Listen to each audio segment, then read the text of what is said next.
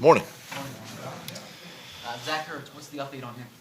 Zach is he's doing fine. We're gonna get him on the grass today, run, see where he's at, go through practice a little bit, and then find out at the end of the day. But just wanted to kind of keep him cautious with him, keep him rested and keep him ready to go.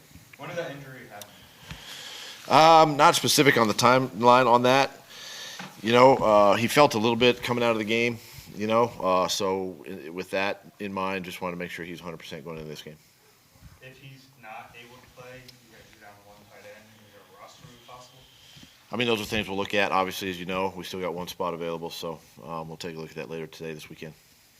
Doug, you signed Jake Elliott on the other day, and he's the third player who signed a contract. Can you talk about that idea of trying to keep continuity in the roster? First of all, excited for these guys, with Brandon Brooks and now Jake, and opportunity to extend them and keep your players here. I think it's something that you want to the best you can.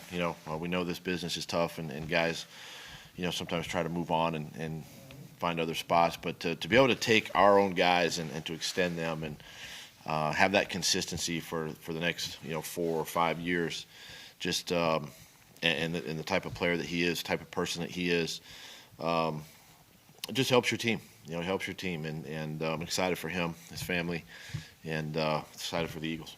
Aguilar and Jeffrey, are they on track to play? Yeah, they're both doing well, trending again in the right direction. We'll get through today, see where they're at today, and hopefully get them to the game. And Lane is cleared for contact? Yes. Through the left. Yeah. So Jordan Howard, Jeffrey, you were saying contract yet? Not yet. It's still the same. So with the wide receivers, you were saying earlier in the week, you were kind of expecting them to be, full go of practice, and they haven't been. It's kind of a setback for both of them? No, because you got to think about it. They didn't play in the game, and so again, we're trying to get them to this game, and so just limit them as much as we can. Give them as much work as we can, but at the same time, be smart. This is that time of year where you got to be smart with some of your players, with the amount of injuries that start piling up. Not only on our team but league wide, and these two guys have played a lot already, and just want to make sure they're good to go for Sunday. How is it? Brandon Graham's energy Means a lot. Means a lot. I mean, this guy, he comes in here every single day with a smile on his face. He's energetic. He tackles practice. I mean, he tackles the meetings. It's an infectious personality, and it's what you need. You need that this time of year as we make this push, and just a great leader of this team, and somebody that I go to, from time to time to kind of keep that infectious smile going and that energy going with the team. Can you use an example of when you've gone to him, anything that springs to mind when you need that juice, and what would he do to kind of Well, and specifically even on Sundays right before kickoff, he and I usually come together, and he just tells me, like, hey, I got you today, and we're going to bring the juice, and we're going to bring the energy, and I just tell him, like, hey, just continue to be positive with the guys and continue to lead, and that's the same way it is throughout the week. Being able to just go to him and say, hey, today I could feel like, the guy's vibe is down, and I need you to pick these guys up a little bit. And he says, I got you, coach. And that's the kind of player you like. So this is how you got here. I mean, right now, based on what happened yesterday with the Cowboys, you guys control your own destiny. Is that sort of messaging to your team as you move ahead? The messaging is just, quite frankly, we're trying to just go 1-0 this week, and we're focused on Miami and trying to win this football game, and we can't control anything outside of that, and so we don't really focus too much. I don't like to use that as a message, or inspiration or motivation for the team. We just got to continue to improve and try to get this game. This is probably the highest the heat has ever been turned up on Wentz. What have you noticed out of him this week in response? With him, just that he continues to work every day, and he does not let that affect him, mentally. He continues to work in practice, work with his guys. He's been great in the meetings, and as they say sometimes that iron can sharpen iron, and this is one of those situations where he just gets sharper. He just lasers in, and focuses on his job and helping our team win. How can you tell when some outside stuff is affecting a guy in that situation? Well, I guess sometimes, if something's affecting him from the outside, whether somebody approaches me and says, "Hey, I think so and so is maybe reading too much in the newspapers," or maybe just his body language during the day, during the week, maybe it spills over to a practice, and you kind of go, "Oh, something's happening here with this player or that player." I think those are all signs and indications that they're listening too much to the outside and not focusing in on what we're saying and coaching.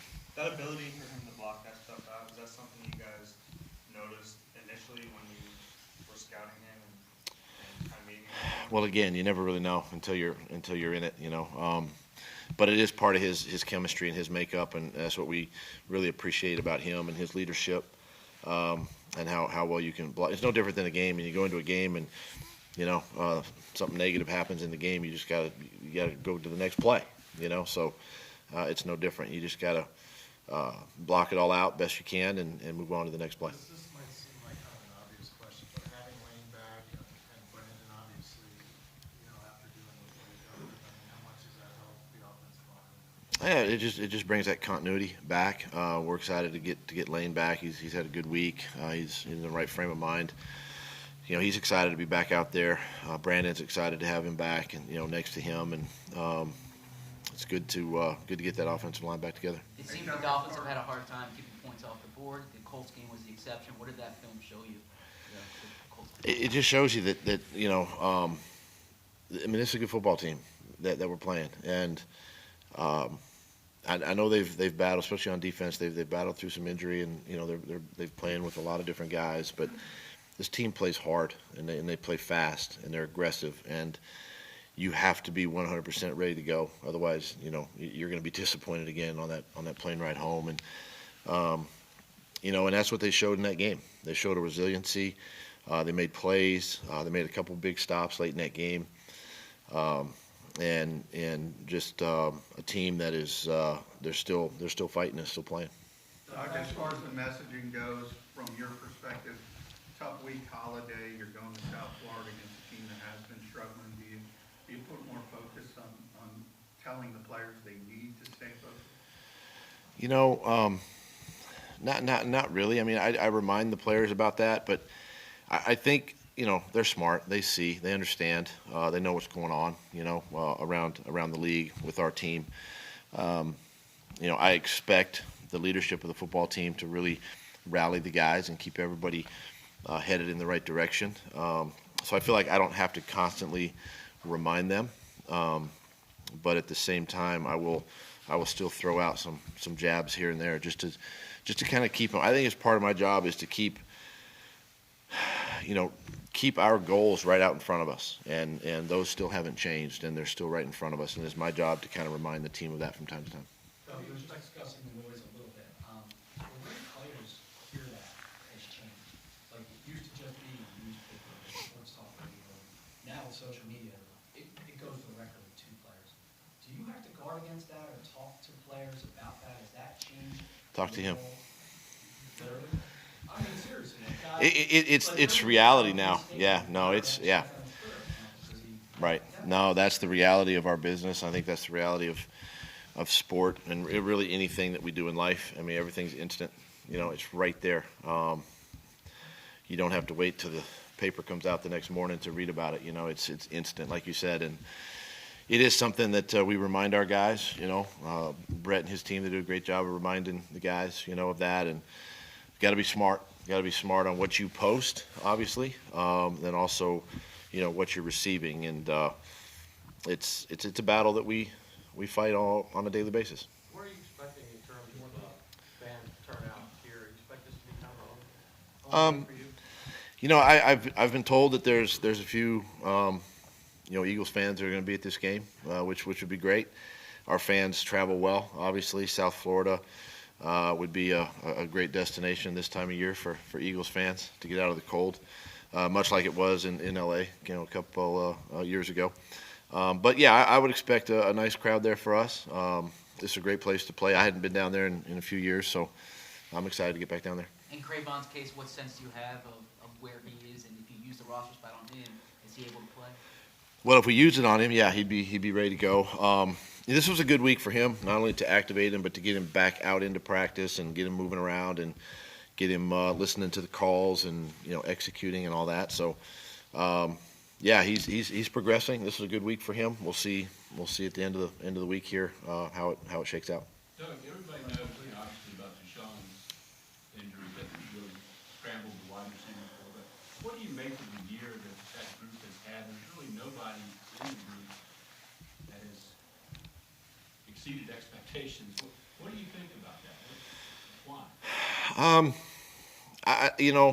I do think about that question. I think about that a lot with that group. I know, Deshaun was a big part when we signed him in the offseason. He was going to be kind of that leader of that group, and really take that room over. He's the veteran player, and you wanted Alshon to be that guy, and then things didn't work out with him, and some injury there, and Nelly, and it just when I look back to even last year, the defensive backs, when you start losing players, and a lot of times you start losing those vocal leaders in that room, it can affect the whole group. But this is why, I lean on Carson Walsh, I lean on Mike Groh to really kind of take those rooms over, and to take charge again. Because now you're starting to deal with younger players who really don't know how necessarily to lead yet at this level. And so we as coaches got to continue to, our handprint or our footprint's got to be in those rooms, just like mine has to still be in the quarterback room. And I think that's where it starts, and then we can begin to coach and educate our players to lead more by example. Memory full.